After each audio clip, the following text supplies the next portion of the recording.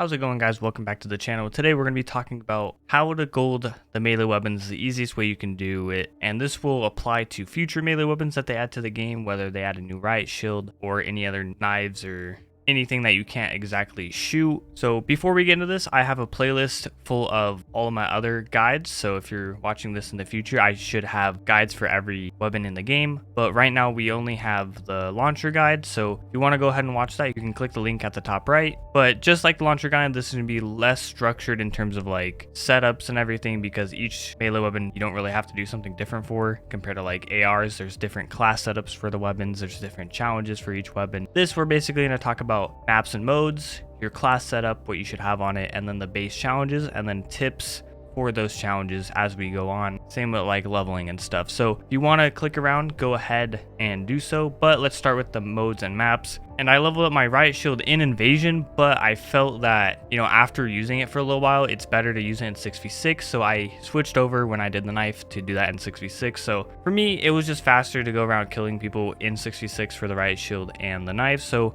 most of this is just going to be 6v6, but if you feel like you can kill the bots easier in Invasion, that's fine, but you will have to melee the bots like 100 times, so it's very annoying. But the fastest way, in my opinion, is to play like Hardpoint or Domination. Hardpoint's a little bit easier because it keeps people moving a lot, and it directs a lot of their team to one area. So if you just camp the hardpoint, it's pretty easy to get some kills. And then in terms of maps, I just wanted to mention this. Pick and play the maps that work the best for you when using these. There are some maps that will be the best for me, that won't be best for you, but just play around. If you're not in a good lobby or a good map that you like, or that is good for the melee weapon in your hand, just leave the lobby. Don't waste your time. You want to be efficient. You want to take the least amount of time and do the best that you can while leveling these melees up. But getting into your class setup, just a couple of things. You can use Deady, you can use smoke grenades, and then I use portable radar as well as Deady. I put them both on at the same time. This is just so I can sit in an area, sit a building, and ping them on the minimap when we don't have like a UAV, because when you're using the melees, you won't get UAVs as often. So it's a little bit of a help to, if you're camping and waiting for people to chow you, you can just throw a portable radar and it helps you. Or if you're chasing people around, you can use Deady. But like I said, smokes, so it's harder for them to see you and shoot you. And then you can use double time. This is very helpful to catch up to people when you're chasing behind them. Personally, I didn't use it because I worried more about getting naded and flashed, but you will have no problem using double time, and I definitely recommend trying it out. Now, with all that out of the way, with what you should be using and what you should be playing, let's get into the actual challenges and what you need to do for the melees. And before we get into that, I just want to let you know that I made a camo tracker. The link to the video that I talk about discussing how you use the camo tracker and the link to the actual spreadsheet is going to be in the first comment down below and in the description. So go ahead. That spreadsheet has all the challenges for every gun. But for those of you that don't know, you have to get your melees to level 11,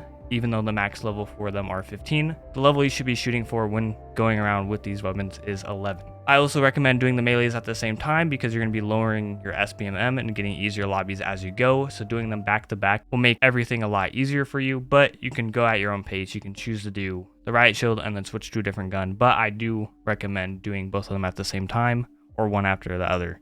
But once you get the Riot shield to level 11, you're going to need 40 kills with it. And then when you get the combat knife to level 11, you're going to need 50 kills with it. So once you get both of those base challenges done, you will unlock the gold camo challenge. And this will be get 2 kills without dying 10 times. Pretty easy. You just got to play a little defensive. You're going to get some double kills along the way and they will count. Also, one thing to mention, getting 4 kills in one life should count. I think at a time where it didn't count, but don't be scared to, if you got a 3-piece to like end up killing yourself, you can go ahead and get that 4th kill and it should count as 2 of the 2 streaks. But once you get both of them gold, you will unlock the plat camo challenge, and this is double kills. In the game, it's listed as 2 kills within 10 seconds of each other, and it's basically the easy double kills. So I just have it listed on my spreadsheet as double kills just to keep it simple. But basically what this challenge is, you're going to kill someone and then count to 10 in your head, and if you kill someone within that time span, it will count as a double kill for that challenge. It's pretty simple. If you get like farm 18, you can do these all in one game. Grand Prix was also a good map when they come through their spawn hallways and they they go to the windows. If you throw a smoke, it's pretty easy to get double kills within that area. Play the corners, and you'll figure out how to use the riot shield and the knife as you go on, because there is a specific way you should play with them, and once you figure out what's best for you, you will get in a nice flow where you're just smoking people with the melees. Let's say now you have every gun in the game, or 51 at least. Platinum, you're going to need the polyatomic challenge, and this one's pretty easy. For the knife, it's going to be 20 kills behind people, and then for the riot shield, it's going to be 10 of them. And one thing I did was, with the riot shield, I would hit someone behind and then they would turn towards me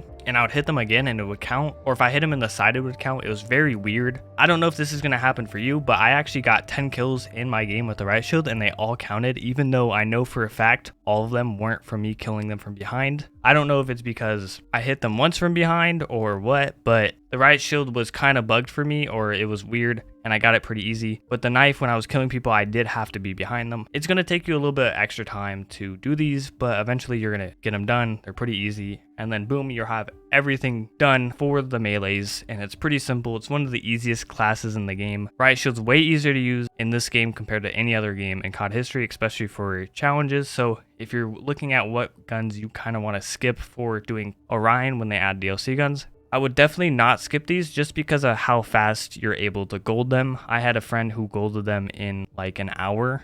So if you end up going for these, good luck. And that's going to be everything for the melees within Modern Warfare 2.